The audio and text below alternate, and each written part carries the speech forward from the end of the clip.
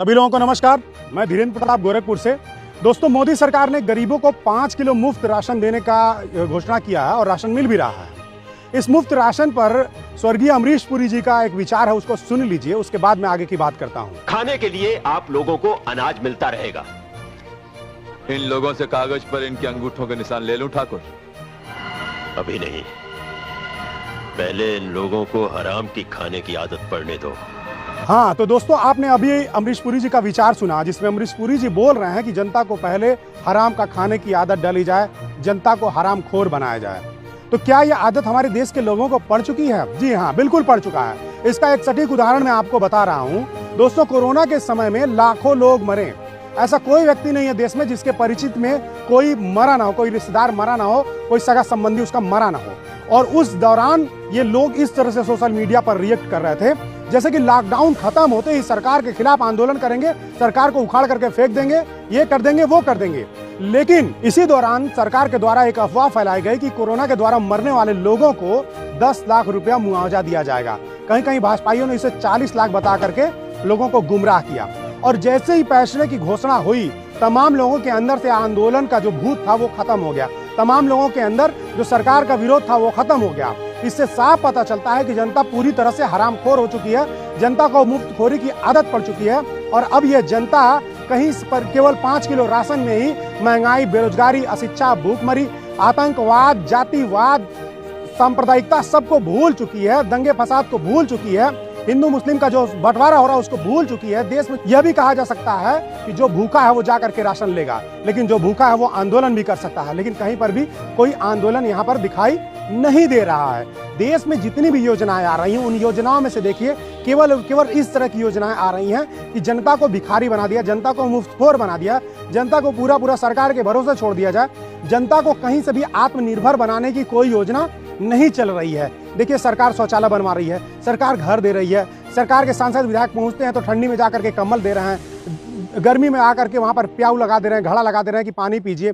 तो इस तरह की ये जो योजनाएं हैं, ये जनता को पंगु बनाने वाली है। सरकार को चाहिए कि वो जनता को रोजगार दे। सरकार को चाहिए कि शिक्षा को पूरी तरह से मुफ्त कर दिया जाए, कि एक आम आदमी पढ़ सके, उच्च शिक्षा ले सके, तकनीकी शिक्षा ले सके। लेकिन शिक्षा का पूरी तरह से निजीकरण और व्यवसायीकरण कर दिया गया है, बाजारीकरण कर दिया गया है। सरकार को चाहिए चिकित्सा की सुविधाओं को पूरी तरह से मुफ्त कर दिया जाए, लेकिन सरकार क्या कर रही है? उसको नहीं मुफ्त कर रही। सरकार आपको मुफ्त में राशन दे रही है।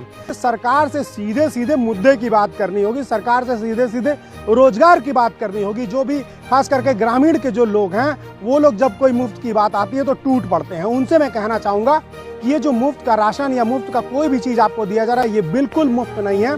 ये जो आपको दिया जाता है वो सरकारी खजाने से निकाल करके दिया जाता है। सरकारी खजाना जब खर्च होता है तो सरकारी खजाने को भरने के लिए महंगाई को बढ़ा दिया जाता है, टैक्स को बढ़ा दिया जाता है, और उसी टैक्स से फिर सरकारी धन खजाना बनता है, और उसी सरकारी खजाने में से कुछ उसमें से निकाल करके आपको दे दिया जाता है और आप उसमें खुश हो जाते हैं। आप सोचिए कि पेट्रोल डीजल पर आज सरकारें 100 रुपया का पेट्रोल है तो उसमें 70-75 रुपया सरकारें जो है टैक्स ले रही हैं। मतलब 70% जो पैसा है वो टैक्स का पैसा है, और वो टैक्स का पैसा आपसे लिया जा रहा है। और मुफ्त वैक्सीन, मुफ्त में राशन, ये सरकार जो प्रचार कर रही है, सोचिए एक प्रिंटेड झोला है जिसमें मोदी की फोटो लगी हुई है, उस झोले में 5 किलो राशन दिया जा रहा है। जितने का वो राशन है उतने का ही वो झोला है।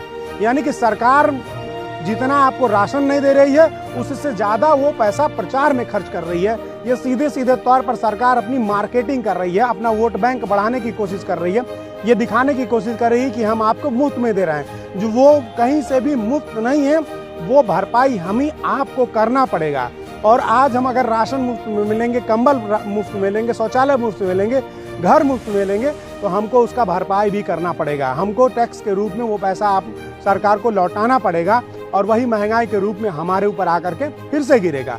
लेकिन इसके साथ साथ जो सबसे बुरी बात है कि हमारे लोगों के बीच हरामखोर बनने की प्रवृत्ति आगे बढ़ती जाएगी, भीख मांगने वाली प्रवृत्ति आगे बढ़ती जाएगी। सरकार आपको भिखारी, भिखमंगा बनाना चाहती है, सरकार आपको आत्मनिर्भर नहीं बनाना चाहती है।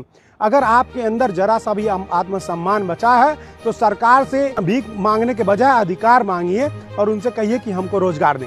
सोचिए कि अगर आपके पास रोजगार होगा तो क्या आप 5 किलो राशन के लिए लाइन लगाने जाएंगे? आप बढ़िया से बढ़िया खाना खरीद करके खा सकते हैं, आप बढ़िया से बढ़िया कपड़ा पहन करके खरीद सकते हैं। सांसद विधायक आते हैं, कंबल बांटते हैं गाँव में। अगर आपके पास रोजगार रहेगा तो एक बढ़िया मखमली कंबल आप खरीद सकते हैं। सरकार आपको शौचालय दे रही है, उसमें भी खूब कमीशन खोरी हो रही है। और उस शौचालय में न तो बैठने की जगह, न तो पानी रखने की जगह है। और वैसे शौचालय के नाम पर सरकार आपको मूर्ख बना रही है। अगर आप नौकरी मांगते सरकार से और आपके पास नौकरी हो जाएगी तो आप एक बहुत बढ़िया शौचालय बनवा सकते हैं, बहुत बढ़िया घर बनवा सकते हैं। तो प्लीज़ मेरे साथियों, मेरे दोस्तों, मेरे देश के लोगों, इस मुफ्तखोरी की सरकार को हटाइए। ये मुफ्तखोरी के नाम पर केवल महंगाई बढ़ाएगी, जो मुफ्त में बांटेगी उससे ज़्यादा आपके ऊपर कर्ज लाद देगी। और ये देश हमेशा भिखारी होता चला जा रहा है। आप देख रहे हैं एक एक करके हमारा जो रेलवे, हमारा एयरपोर्ट, हमारी जितनी सरकारी संस्थाएं सब बिकते चली जा रही हैं, सब अंबानी अडानी के हाथों में चली जा रही हैं। केवल इसी नाते हो रहा है कि क्योंकि सरकार सरकारी धन का बेतहाशा दुरुपयोग कर रही है और उसके पीछे केवल और केवल आपकी चुप्पी है, आपका लालच है, जनता का लालच है। जिस तरह से कोरोना में लाखों लोग मारे गए, लेकिन मुआवजे की लालच में लोगों ने कहीं कोई आंदोलन नहीं किया, सरकार का कहीं कोई विरोध नहीं किया।